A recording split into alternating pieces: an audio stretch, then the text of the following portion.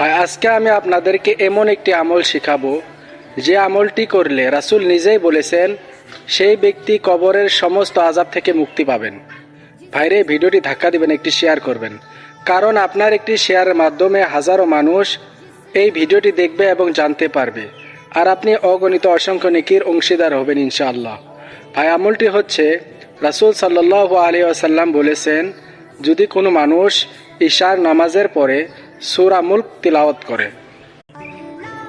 ভাই আজকে আমি আপনাদেরকে এমন একটি আমল শেখাবো যে আমলটি করলে রাসূল নিজেই বলেছেন সেই ব্যক্তি কবরের সমস্ত আযাব থেকে মুক্তি পাবেন।